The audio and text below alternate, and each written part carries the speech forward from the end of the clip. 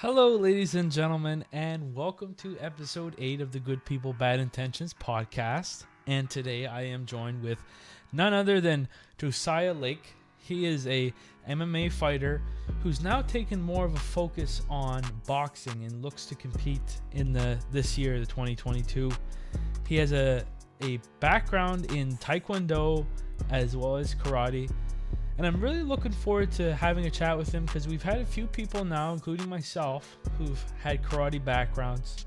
And I'm always interested to see the transition from karate to boxing because it's something that I had made. And yeah, I look forward to talking to him. And he will be coming up right now. If I turn it sideways. There, that's perfect. There we go. Now I can see you. Technical difficulties, but we gotta go. I like your backdrop. You got is that some type of pet you have in that? It's a rare leopard gecko. Her name's Medusa. Oh, really? Yeah, man. Yeah. Are they easy pet to have or high maintenance or? I mean, it depends who you ask. I feed her this stuff here, like mealworms and stuff like that. And that stuff. So you just take it, you dangle it. She snatches it out your hand, so it's pretty cool. And the best auto insurance too, right? Geico. Yeah. Yes, sir. That's awesome. Well, thank you so much for coming on here. Anytime, man. Obviously, we know each other from tribal, and but I'm really interested to talk a little bit about kind of your history as far as how you got into mixed martial arts as well as competing in boxing. So, from what I gathered, did you start in karate? Technically, I started in Taekwondo, actually. Taekwondo. Yeah. Can you talk a little bit about how old you were and that kind of thing, how it went? So I was 9 years old, and I was going on a split custody visits with my pop in the city before I moved up here. And I actually got jumped when I was playing some ball hockey. Wow. Yeah, and when I went back home to see my mom, she's like, "What the hell happened?" I told her what happened, and she said, "We're gonna put you in some type of martial arts, so I'll learn some self-defense." So one of her old friends named Sherry, she ran Victory Taekwondo down in Canelo. So I joined that up for like a year and a half. I did a couple tournaments. I got a silver medal and a bronze medal. And from there, I don't know if you know the name Brian Gibson. I don't. He was a gold medalist in the Olympics years back. Yeah, and he had a little underground, like old school gym down in a big basement down in Kentville. So I joined there for a year and a half, and I guess that's where it kind of started. Yeah. And what did he get the gold medal in? Was it? Oh, it was just a tournament, Okay. Yeah, for Taekwondo. Awesome. We were doing katas and board breakings and stuff like that. Was it the Olympic style WTF that the tournaments were? Yes, sir. Because they have I don't know at what point it started, but those sensors on the pads. Have you done any of the tournaments with that? It was before that, actually. Before that, with one of those clickers. You'd have refs there, something like boxing. Yeah. And so what changed from Taekwondo? How did you get your opportunity to expand into other martial arts? Well, I mean, as I was doing Taekwondo, I was meeting a lot of people involved within the sport and martial arts. And I kind of realized that it's more of a sport. You know what I mean? It's not the grittiness and, stuff you get from boxing. So one of my friends, Jeff Canelo, he's actually from Colombia. He used to box out there, and he moved down here with his sister. And me and him joined Brian's gym together. And, I just fell in love with it. Walking there, you got the lockers busted up, ceilings looking kind of musty. It's something like a Rocky Balboa movie, but there's something about it that just hooked me. And I've been addicted ever since. That's awesome. So you've competed in MMA, and have you competed in kickboxing as well? Yep, I've competed in kickboxing and boxing. Because I actually left Brian's gym. He closed down. His wife passed away. Oh, that's unfortunate. Yeah, it was unfortunate. But he wanted to take some time from that, just to do some healing. So went over to an MMA club under Andrew Dykins. He actually was one of Jim's students back in the day. Yeah, and he started his own club called Shokan Defense. And that's when I really started my karate journey and my mixed martial arts journey, was when I joined that gym. And yeah, I started there. I was there for about 6.5 years. And I trained everything I really could. John Manuel came down. He was doing submission wrestling, Brazilian jiu-jitsu. I did some Chinese boxing, some Weijiru karate, some Lukewan Taekwondo. So that's not the sport, it's the actual martial art from Korea. Wow. I was training under Jordan Greenman from there. But yeah, quite a bit. And the whole time, were you following like mixed martial arts and the UFC? Were you following the fighters that had like the Taekwondo and the karate background? Like Stephen Thompson, he was one of my big favorites. Yeah. Wonder Boy. Yes, sir. Yes, sir. And Anderson Silva, there was talk that he wanted to compete in Rio for Brazil. That didn't happen, but he's got a Taekwondo background. Mm-hmm. I think he's a pretty amazing fighter, Anderson Silva was. Yeah.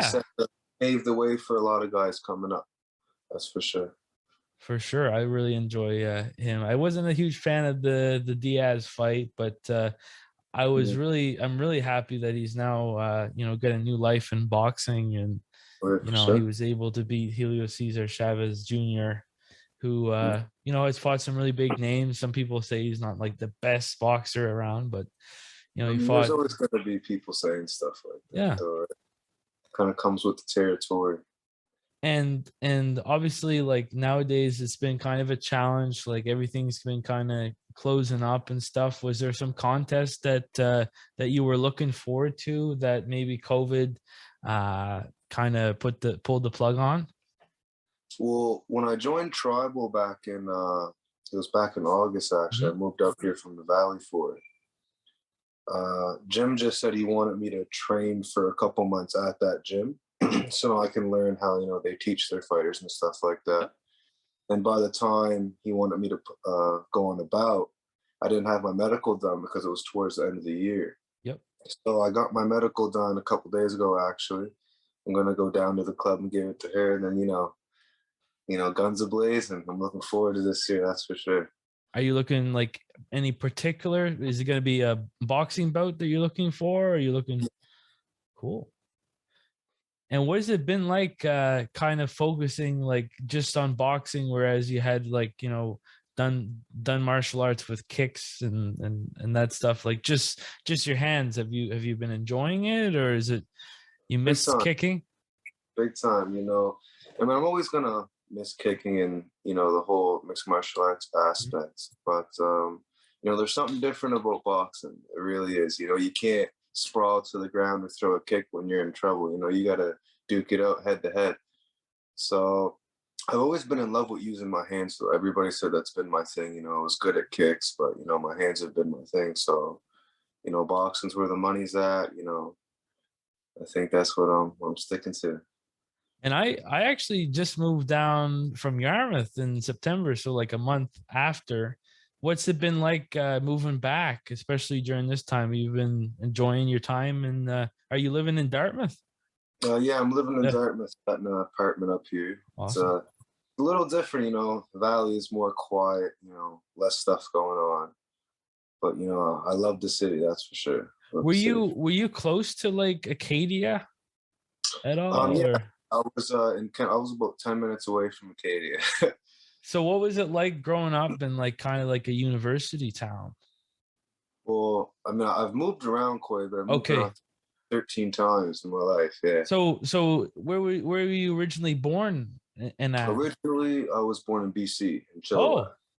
Yeah. Okay, that's a long ways from here. That's for sure. But I don't remember much of BC because I moved away from there when I was 4. Yeah.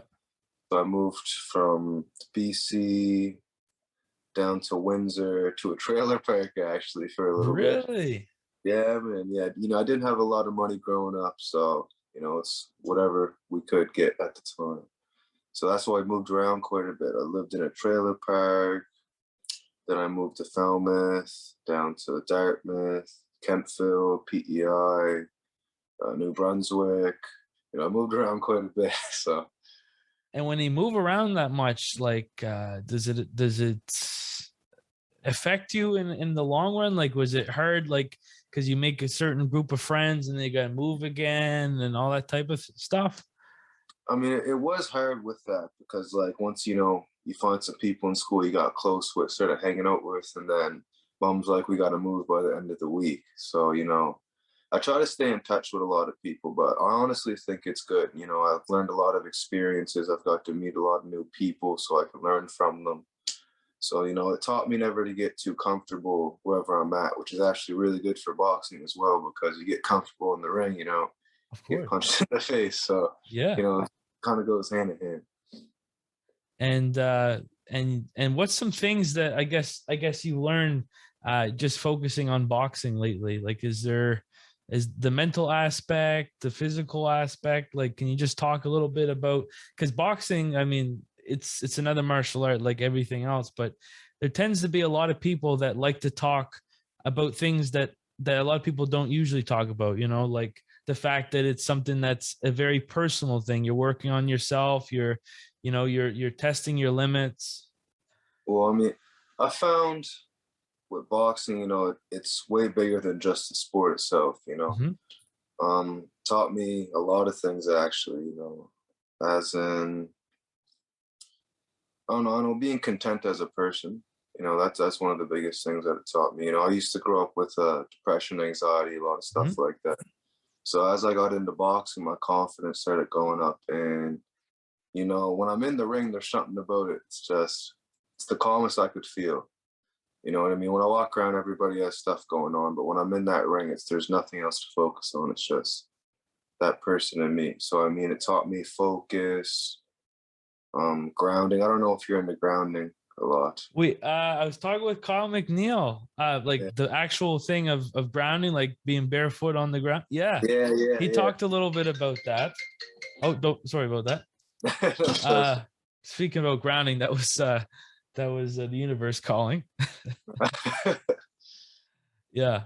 But no, can you just talk a little bit more? Because he was just saying, like, him and his partner Colleen, they tend to be barefoot most of the time, and they believe that this is part of taking maybe some energy out of you, or bad energy. Or I don't know how much you know about like chakras and stuff like that. I don't know if that's what you're into. I know a little bit, but please, I'd like to know. Well, my mom, she took a bunch of courses, but she's really into stuff like astrology, chakras, energy healing, stuff like that.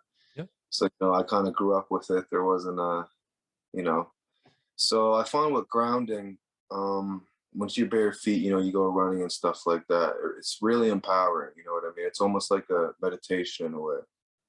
Yeah. But yeah. I used to run barefoot. I know, like, I felt kind of like I had the Vibram 5 fingers when they came out, and then I progressed to I took them off. I started running. There was like a lawsuit where I guess Vibram was making some claims about barefoot running, but their actual shoes were just still shoes. But yeah. No, I was just gonna say, so have you run barefoot before? Oh, big time. Yeah. I still run barefoot actually. Because it's not in the winter, because I'm a kind of a baby when it comes to the cold. But when summer comes along, I run barefoot. I imagine it looks kind of crazy to people in the city. But it's just, it gives you that little extra edge when you're getting tired and stuff like that. You can really draw the energy from the ground, and it toughens you up at the end of the day. A lot of people, they'll walk and they'll get a little splinter or something and they'll cry about it. But when you're running on rocks and stuff like that, you get used to it.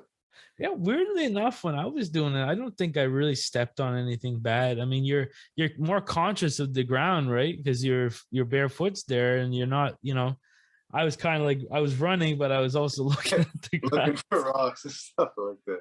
And I remember, I think it was grade 9 or 10 is the peak of that for me.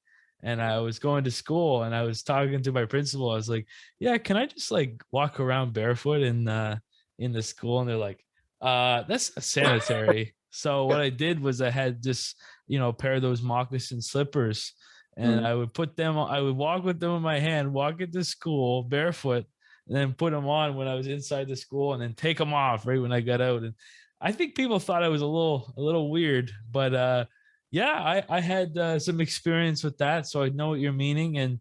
And yeah, I'm learning now about this whole concept of grounding. So maybe I was trying to ground in those younger years. Yeah, it was your inner soul trying to tell you what to do. I'm just curious, what fight do you got on your television at the moment? Oh, you saw that, did you? Yeah, yeah, yeah.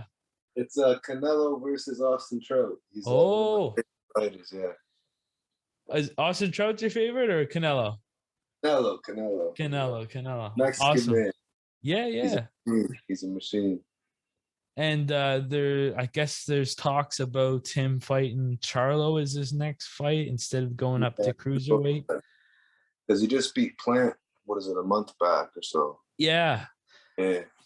And I think from everybody that I've been listening to, they're saying that it wouldn't be smart for him to go down to 165 Charlo. You should make him go up because he's put on a lot of weight since, he went up against Kovalev at 175. He's put on a lot of muscle. Sure. Some people are saying some of the, the Mexican supplements maybe, but he's very powerful. He's really talented. He's a really good ambassador. I think he's unstoppable right now, honestly. Yeah, it's certainly looking like that way. I would like to see him go against Beterbiev, like go up and fight Beterbiev, because I think that'd be a very competitive fight. But 100%, 100%. But I think he fought Mayweather. He lost, and I think ever since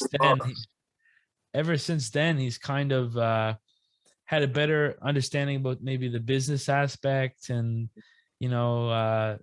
not saying that he's not taking good fights, but a lot of people, one thing they always say is that a lot of the fights he's gone against, except maybe Triple G, like it wasn't he was usually the favorite, so. Well, I mean, it's smart, you got to be smart within boxing and stuff like that. You're not gonna pick an opponent that doesn't have a lot of publicity or stuff like that. So I think he's just being smart about it, getting his money right, and doing good things in the sport. That's for sure. And there's any other boxers of the past or even the present that you're interested in or that you like their style? I was a big fan of Floyd growing up. That's all I was watching in class. On YouTube, I have fights playing, teachers were yelling at me for it. But there's something about the defensive style that he had that just amazed me. He's fought, 26 world champions, beat them all. Only lost a certain amount of rounds. It's pretty amazing what he's done for 21 years in the sport. But he definitely turned that monster on in Canelo when he took that loss, for sure. 100%. And yeah, there's the one thing that I find really fascinating about Floyd, and I've been looking into it, is there was the transition from pretty boy to money. Yes, sir. Because people say like once Floyd became Money Mayweather, he became like less of an exciting fighter in the aspect of like he wasn't finishing a whole lot of fights. Like when he was pretty boy, he was he was that defensive fighter, but he also, I think he had less injuries in his hand, and he was able to put people out. But the skills that he has are amazing. Well, I was watching an interview a few months back, actually. And it didn't have nothing to do with the injuries or anything like that. It had to do with the actual money aspect. Because I forget who he was fighting under. It was a certain promotions, but he was only making 7 figures, he said, for, fighting world champions and, knocking them out.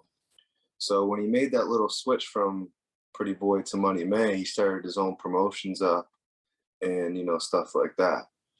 So, yeah, it's kind of that thing. And almost like almost all the fighters now, they have their own promotion. And one fight that was really instrumental in me kind of targeting my interest into boxing specifically was the Mayweather McGregor fight. Like, Yeah. I was going into that fight, I didn't know a lot about Floyd, so I was like, okay, McGregor's gonna win, and he didn't. And I was like, Oh, you're whoa, one of this. those guys. Yeah, yeah. I had went to this bar or whatever, and I just asked them. I said, if I eat right now and like have a beer or whatever, can I have this seat right for the fight? They're like, yeah, sure. And the whole crowd that was at the bar at the time was all rooting for McGregor. And then towards the later rounds, when it ended up getting stopped, it was a huge shock because here's this smaller guy that's older, and McGregor was doing all these really interesting footwork and all these different stuff. We're like, oh, the whole movement culture, he's gonna do something different. But then in front of my eyes, I kind of realized, well, there's a lot more depth to this sport than just, fancy footwork and stuff like that. Because I think McGregor said at the end that Floyd had like 3 different game plans and made adjustments in the fight, and pretty well. I think he did throw like the first couple of rounds just to kind of get a feel out. Yeah, And throughout his career, that's what he did a lot. Those first 3, 4 rounds, he'd collect the data, and then he'd pick strategy, and that's how he'd win all the time. So, and then I look back at like a lot of the interviews, because again, he wasn't on my radar until after that fight. But I look back at like him and De La Hoya, and that's a good trying one. to think a better example too. I think De La Hoya, maybe Sugar Shane Mosley. Yeah, When you had those 2 fights, the press conferences and everything like that, and him coming into the ring with like Cinco de Mayo against Oscar De La Hoya, like he was a really good provocateur. He understood that people like you or hate you, they're still gonna show up and watch the fight. That's something Ali used to say too. Well, he liked being the bad guy, like in that fight that you just said. I don't know why it slipped in my mind. Shane Mosley, or was it De La Hoya? De La Hoya, yeah. Like he came out in excuse me, in a Mexican outfit. Yes. Just play the bad guy in the press conferences. He was, saying some pretty harsh stuff just to get in that mental warfare of his head. But that's the fight that actually set him, into stardom. Of course. Was that fight. And looking at both of those fighters now, I think May did a lot better in the long run, because I don't know what your thoughts have been about Oscar De La Hoya lately, but he's had lost a lot of his fighters on Golden Boy, and then there's he's got this new girlfriend, lover, hater that everybody's talking about. But he seems like he's happy in the same right. So I don't know. Like, I don't know if people are just jealous that he's finally happy with his life, or what. Dana White doesn't like him. Oh no, that's for sure. That's for sure. I mean, he's not a fan of a lot of boxers, honestly, but I guess that kind of comes with the little rivalry that goes on between MMA and boxing, especially with Jake Paul. I think Jake Paul got under his skin quite a bit when it comes to boxing and MMA. Yeah, they issued a challenge about the steroids versus cocaine testing, and so that you see Dana White's head getting super red and that vein pop, in business there. But I'm honestly, I enjoy watching Jake Paul's career. He's actually bringing a lot of light to the sport, and the sport's full of trash talkers. Everybody likes to hate on him, but I kind of enjoy watching it. What was it like for you when he beat Tyron Woodley the second time? That was it wasn't a shocker to me, but the way it happened, it was a shock. That overhand right, put Woodley out completely cold. I didn't expect it to happen like that. That's for sure. A lot of people are saying it's rigged. He was taking his hand and bending it in right before the knockout punch. But I don't know. I think it was just a knockout, honestly. Yeah, it looked like he just set it up perfectly, and maybe I don't know if that didn't happen. I think it would have been a snooze fest of a fight, but I'm glad it did. That's for sure. I was falling asleep through the third and fourth round, like same thing as the last one. But so in your future, so you're going to be competing hopefully soon in a boxing bout, because it's weird, like everything's closed down in Canada, nationals and the Brampton Cup and everything has been moved. Yeah. But do you also see yourself competing in mixed martial arts again? I think the road I'm taking right now is strictly boxing, especially where I'm at Tribal. You know, It looks like that's a home there. And when I was training down at Shokin, you know, I really thought I knew what boxing was. Mm-hmm. And when I went down and I met Bridget, and she took me under her wing, and, you know, explained a lot of the things. She breaks it down on a whole new level that I never knew. So, you know, I'm really, really addicted to that right now. I'm really trying to, you know, work to the best I can so I can showcase my skills in the bouts coming up. But yeah, she I was watching her yesterday. She was with Justin, not Justin, what's his not Blades. No, the other Justin. Yeah, Coer. And they were both doing 50 burpees. And I had already done it and died, but I was like watching them, and she was like not showing anything. Like it was crazy. She just she's pushing through it. Like, yeah, she just never showed anything. And I was like, wow, like if I could tap into that a little bit and become a little bit like her in that way, then I'm going to be unstoppable. And that focus that she has, man, she can just turn it off. Vision. Yeah. And, without speaking too much on that, I think she had to go through a lot growing up. And, you know, as you said, you've had to go through stuff, and I've gone through some stuff. And I think that stuff really makes you stronger as a fighter. It allows you to take some pain, which is part of the game.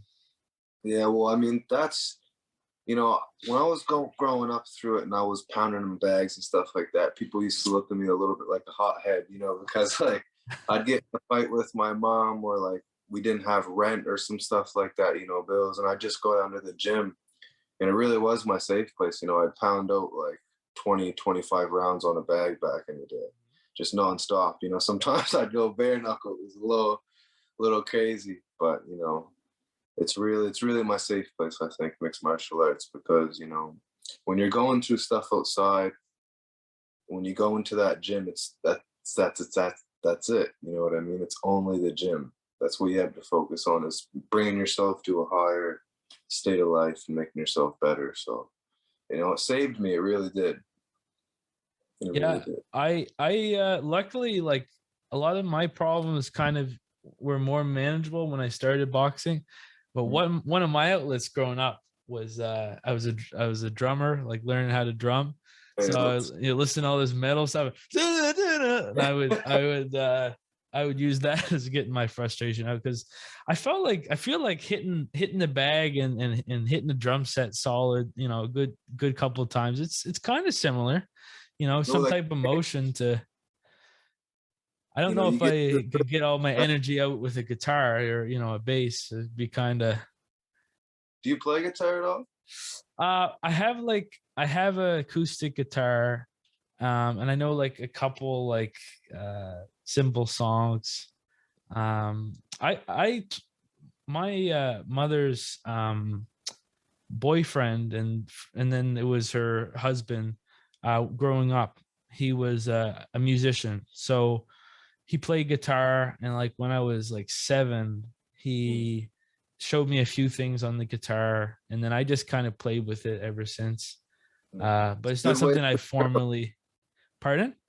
It's good for the girls, man. Yeah. I unfortunately, my campfire / university dorm room, I don't think I see myself in those situations anymore. But I remember in university, like anybody that had a guitar, they would have a bunch of girls coming around. I'm like, can you play this song? Can you play that song? Like, yeah, so, oh my gosh, you know the G chord. That's awesome. Yeah, I got a guitar right there. You know, I've serenaded a couple women once. Oh, if you're listening and you want some, what's your go-to songs to play? You know the Kid Leroy? Yeah. I like to play a lot of his songs. You know, I like his Oh. in his voice, and Yeah. I kind of got that little grottiness in mine as well. So On I a gotta. kind of unrelated note, kind of related, have you ever listened to any of Charlie Puth's TikTok videos like lately? No, I haven't, brother. I haven't. He does a weird thing now where he shares his whole creative process and he makes like a TikTok like if this I wonder if the song if it had a kick like and then he just like loops everything and makes the song in like the 10-15 second span of the TikTok. Yeah, it's So pretty talented. It's pretty if talented. you're into music, I mean music's I think never going anywhere. It's a really good Oh skill. no, that's for sure. It's something that's gonna be around for eternity. I think. And for That's me, like I find with drumming, it kind of helped me develop a good rhythm with boxing. Not saying like I'm the best drummer ever. I kind of suck, honestly. yeah. But Wow. when Justin Bieber did better drumming than me on his YouTube back in the day. So, you Oh know, boy. Oh but boy. but it's actually like really good for rhythm. Oh, for sure. For sure. Which Do you feel apparently that's my strength. That's what Bridget said. I got rhythm. yeah. So I don't know. I don't think I got everything else, but I got rhythm. You beatbox at all? No. That's a funny thing. My drum teacher at the time, Sandy Ackles, he's now in Amherst right now. Really cool guy. I went to him for like 6 years, 5 years. And he had this interesting idea. If you're a drummer, really you should be able to beatbox. And the realization is that a lot of boxers not boxers, a lot of drummers like me, I was able to like air drum and do a bunch of like just hitting pans on a table and all this stuff. Like you have to invent ways for you to practice drumming when you're not in front of a drum kit. So he thought like beatboxing, if you can beatbox something, you certainly can play it. So it was he thinks beatboxing is one of the most important things to try to be able to do as a drummer. So Yeah, I used to beatbox a little bit back on my Xbox 360. oh, like when you're in the Call of Duty lobby. Yes, sir. Playing Black Ops 2. Did you I still. get any friend requests after your Oh, beatboxes? Oh for yeah, sure. on the Microsoft headset. Yeah, I had the little one like that. That came. So, I remember That's getting it awesome. for Christmas. I was asking for it for like 3 or 4 years, and I finally had it. And I There was, you go. it's beauty. I was staying up to 2, 3 o'clock every night, just gaming, and sometimes I'd go to school in the morning, sleep in. But Yeah. I can I still do it. That's for sure. I used to play on Xbox 360. I used to play the Left 4 Dead game online. Yeah, the And zombie. yeah, it was really fun. And then I realized that I had some problems because it's like 3 or 4 in the morning. It was the summer, so I was able to get away with it. But like 3 or 4 in the morning, I was playing. My mom was like, "What were you doing last night downstairs?" Like, you don't want to know. And zombies were killed in the process. What was your favorite character? The old man from the first one. I forget his name. Was it Roach? Something like that? I can definitely get the cast right now. I always liked Coach from the second one. That was my Coach. favorite. Okay, Coach from the second one. Is there?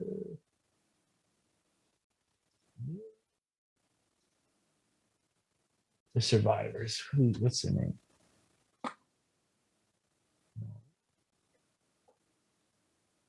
Bill. I like Bill.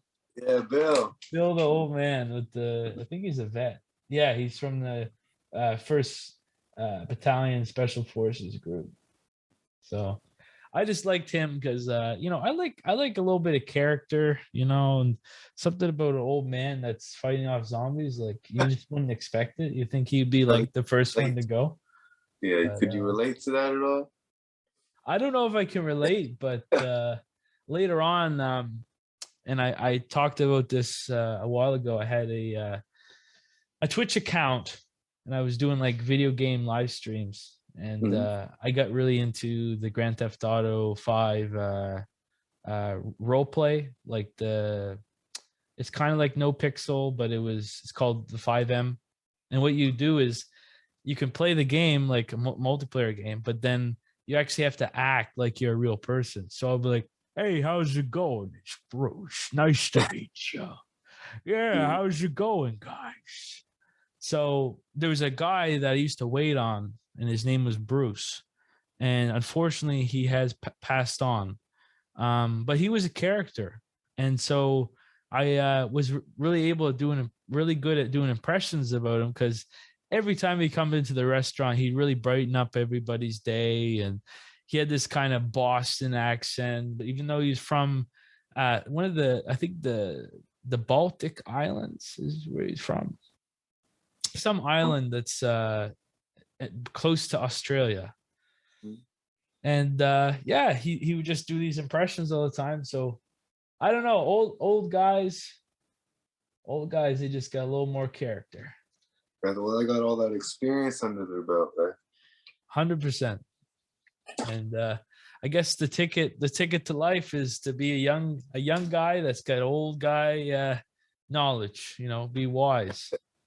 That's one way to put it, brother. Yeah. So so I'm trying to think. What other do you have any other hobbies outside of boxing or mixed martial arts? I like to shoot guns every now and then. Oh, really? When I was 17, when I graduated, I went to college out in PEI. I took the police academy there for sheriffs. Yes. And that's when I really got into shooting guns and stuff like that. We get up 4 every morning, do our morning PT, do room inspection, go to class, but we were shooting every day. So I got both my licenses through that. And when I graduated, there's just something about, getting in the range and smelling the gunpowder. It's really relaxing. Similar to boxing in a way. Maybe not as satisfying, but, it's definitely... And did they have like all different types of guns that you could try out at the range, or was it only the service ones? It was a what was it? A Sig Sauer P20. Sig Sauer, I do believe. Okay. It's what the down in Kentville, it's actually what they use for the registered pistol. Oh. Yeah. And we got shot some shotguns, stuff like that. And I was trained on pepper spray and taser. Yeah, I actually had to get tased and pepper sprayed during that course. How was that experience? Oh, it was horrible, man. It was horrible. I was the first one in my squad to get pepper sprayed because everybody was scared to do it. Oh. Yeah, and I was known as the boxer MMA fighter there. Okay. So they dosed me pretty good. They covered my whole face, and we had to do an obstacle course with it. And I did one in 20 seconds, actually. In 20 seconds? Yeah. Oh, wow. What's everybody else's time? I think do you know a guy named Connor Victory? It sounds familiar. He's a kickboxer, actually. Me and him fought on the same card. Okay. Was that Nova Kickboxing that you fought on? Yeah. Okay. I actually, if you know Andy, Andrew Thomas. Yes. Actually, my second kickboxing fight, me and him fought on the same card. Oh.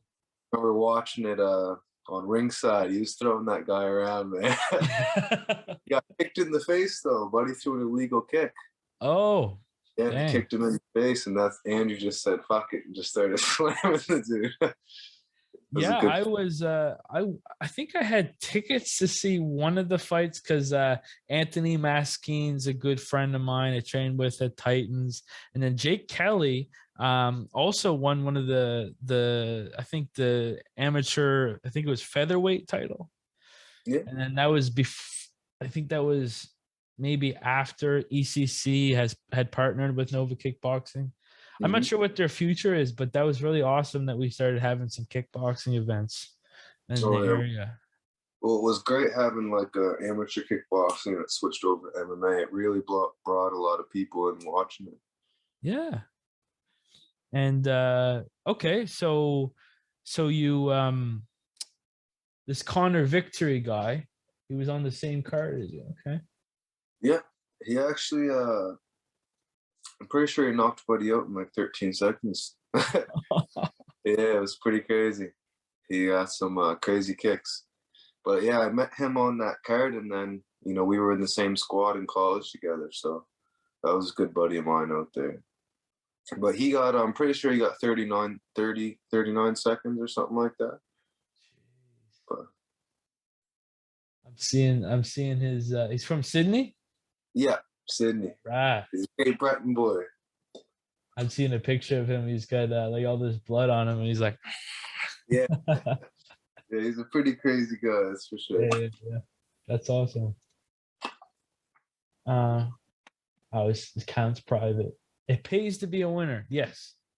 His name is his last name literally Victory? Yeah. Oh, that's awesome. He actually has a tattoo on his knee down to his ankle. Oh. On his and it says Victory on it. Represent. Yeah, yes, he said it's because when he kicks the guy in the face, and they have it's the replay. Oh,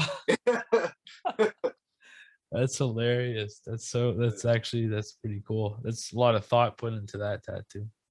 That's actually an interesting thing. You got a lot of interesting tattoos, my friend.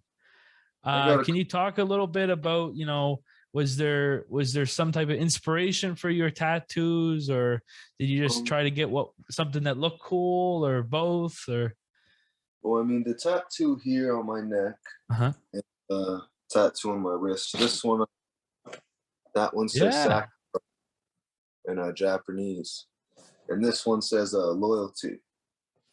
That's a very important thing. But I don't know if you know a lot about Weijiru, but it's originated from Okinawa, Japan, from samurai there. So the language they speak over there, I just got it tatted in that. It's kind of like my little martial arts sleeve. I got koi fish here. Oh. Yeah. And then I have the yin and yang symbol for light and dark. And there's some type of I watched a couple videos on Japanese tattoos, and it's like, depending on if the koi fish is going upstream or downstream or something like that, it means different things. And I think, what does it mean? Is it like you're conquering if the fish is going? I'm pretty sure if it's going up, it's going conquering because it's fighting against the stream. Yeah. Retrospect, and then it's kind of the opposite. Okay. Yeah. That's awesome that you got that work. Who's your main artist you go to? Her name's Amber Kehoe. Amber Kehoe. Actually, I did this one. She was 7 months pregnant. Yeah. There's people from Yarmouth that last name is Kehoe, so I'm wondering if it might be some relation. Could be. Know. Yeah. Awesome. Well, we are getting close to time. I was just wondering, what's the best? Like, what's all your social medias? Where can people get in contact with you? It's Josiah Lake _ Instagram. My Snapchat's Josiah Lake 10, I do believe. And my Facebook's just my name. So, you know, that's that for social media. I'm not on it too much, but, you know. No, it's not good to be on it too. I'm on it a little too much because of this business, but like, it's good to have your breaks, you know. That's for sure. It's for sure. You know, I find, you know, you're scrolling for 5 minutes, and that 5 minutes turns to 30 minutes, and you don't even notice. So, like, one thing I hate about social media is like I don't know if you've been watching the Boba Fett Disney Plus series. I don't know. Okay, there's a new Disney Plus series that's like Star Wars or whatever, and every time I'm like in my social media, I'll see like, oh, this new episode's out, or this new movie's coming out, and I'm like, curse you. You know my weakness, you know, like I just want to see something simple, right? But they try to grab you and keep you up on the sites for longer than you want. You into Cobra Kai at all? Like the show? Okay, this is a show that I do want to get into because I'm a huge Karate Kid fan. Karate Kid's something I watched when I was doing karate. Oh, you did karate. Yeah. So when I started, I started with karate. I went to a counselor. I was getting picked on at school as I was like kind of like an emo kid, you know, the long black hair, the girl Welcome. jeans. Yeah. A little confused, right? And I was getting bullied, so I asked the psychologist. I really wanted to get medication because all the cool kids were like, you know, I'm on this depressant, that depressant. I thought it would be cool to be depressed for some reason. This is what happens when you're like 13 years old trying to.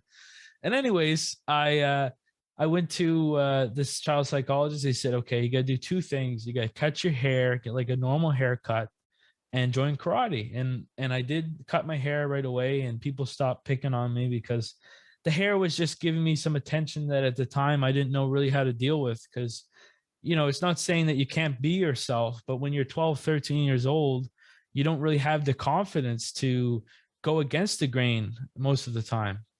So what I did was I eventually joined karate with Milton Bork and Randy Bork in Yarmouth. They're the ones that were holding those Yarmouth Karate Challenge tournaments at the Mariner Center. I don't know if you've seen any of those.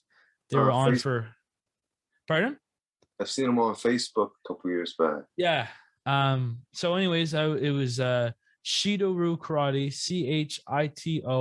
Chitoryu. Dr. Shitose is the founder. It's a style that's a combination of a few different Okinawan arts. And I did that, and I did some point karate tournaments. Did way too much contact. Never got any points. Lost. I don't even think I won anything ever for that. Yeah, because I was doing too much contact. You like you had to, for a point, you had to like have like, for when you're a younger person, you got to have like maybe like an inch gap. Then later on you can have contact, but it can't be excessive contact. So you literally just touch. And I was watching, you know, Wonder Boy, like you said, GSP, even though I can see sometimes where GSP uses karate, but then at the other time, I don't really see him too much as a karate person. Mm-hmm. Then Kyoji Horaguchi, I was a huge fan of. Quite a few people from Crazy B, I was a huge fan of, like Kid Yamamoto. Unfortunately, he passed away. Trying to think who else. There was quite a few. How can I forget this? Lyoto Machida. I tried imitating him so bad. I watched all of, like the JKA tournaments, like the Shotokan tournaments. I was a huge fan of. Tried to do all his kind of style. Yeah, his little yeah. It didn't play well for me. Lowly hand didn't play well for me.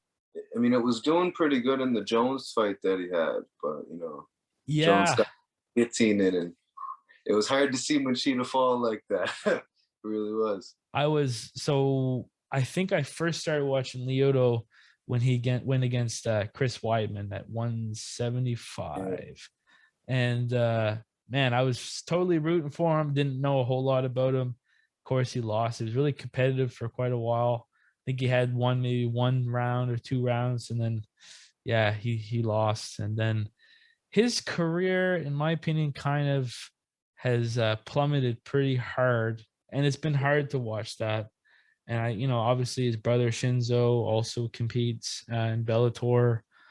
It was really interesting how it was like a very traditional karate style that they had with their father. The father was actually the representative for Brazil for JKA, and then and then they had like the Machida Karate Academy has incorporated like MMA into basically their program. So now instead of just doing like traditional karate, they also incorporate like ground fighting, traditional sparring, that type of stuff. Yeah.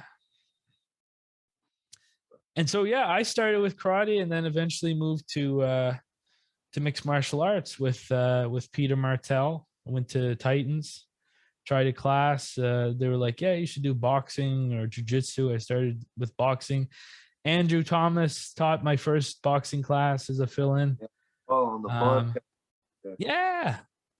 Had Mario Laba. He did some classes. Peter, of course, did some classes. And how long pardon? How long have you been boxing? So doing the math, it's been almost like 4 years, but I took like a 1-year hiatus going back to school. Yeah. So it's been like 3 years of practice. But then as soon as I joined Tribal, I was like, wait, I don't know anything about boxing. I thought it, like I was going in there, I was like, I thought I knew stuff. And then her whole concept about the ranges and the different ranges and, you know, getting out, the mindset, the mental part, it's all stuff I didn't know I had to learn. And now looking back, like really digs. Yeah, even yesterday we were drilling and we were trying to go like from the 5 o'clock and 7 o'clock backwards, and then we were pivoting after that. We also did some check hooks too, but the whole drill, you have to stay at the 3 position the whole time. My tendency was always to go to the 2. That was completely against what the drill was, and then I realized the whole time that I've been fighting, I've been going to the 2 position with no concept of, you know, if I go back further, then my opponent can't even hit me. So live and you learn, right? True. It's true. But yeah. I mean, have you had any bouts yourself?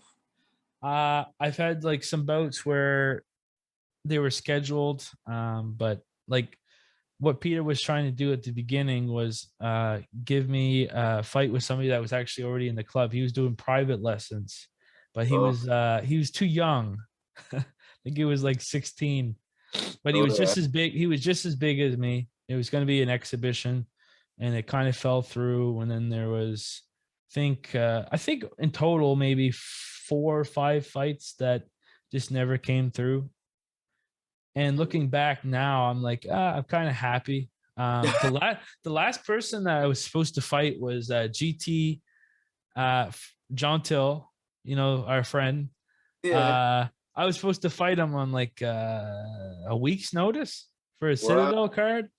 Yeah. And I just thought maybe that wasn't a good idea for somebody who had like 4 or 5 bouts.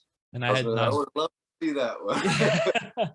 Well, now, like at the time we were about the same size, but now I've kind of ballooned and he's kind of shrunk. So I don't think that'll happen now. But now that I know him, I don't want to fight against him. He's such a nice guy and he's got such an interesting story. I've been trying to get him on here, but I think not everybody wants to come on and talk about what's, you know, their whole life story, right? But he'd be a cool guy to have on too. That's for sure. He does have quite a intricate background. Yeah. Yeah. So yeah, I really appreciate you coming on there. I look forward to seeing you fight, and that I hope you can fight this year. I hope I can fight too, but it's looking like for at least the immediate future, a lot of things are shut down. So it'll just be some you know, training time for a lot of people. Getting ready. Get my cardio up. That's for sure. You got to get that up too. But yeah, thank you so much for coming on. Really appreciate it. Anytime, brother. Anytime. All right. Take care. Thank you so much for listening to this episode of the podcast. I had a really good time talking to Josiah, hearing about his beginnings in Taekwondo and as well as karate, and then going from MMA and kickboxing now to boxing. I'm really excited to see what his 2022 looks like. And yeah, we talked about a lot of different topics, music, video games. Not everything has to be about boxing, but it all has the singular focus of getting an insight into what the fighter's life is like. And as always, if you've enjoyed this podcast, I suggest that you subscribe to the YouTube channel or subscribe to the podcast on your preferred platform. That way, when there is a new episode, you do not miss it. And as always, like, comment, and share all of that good stuff. Stay safe, and I'll talk to you next time.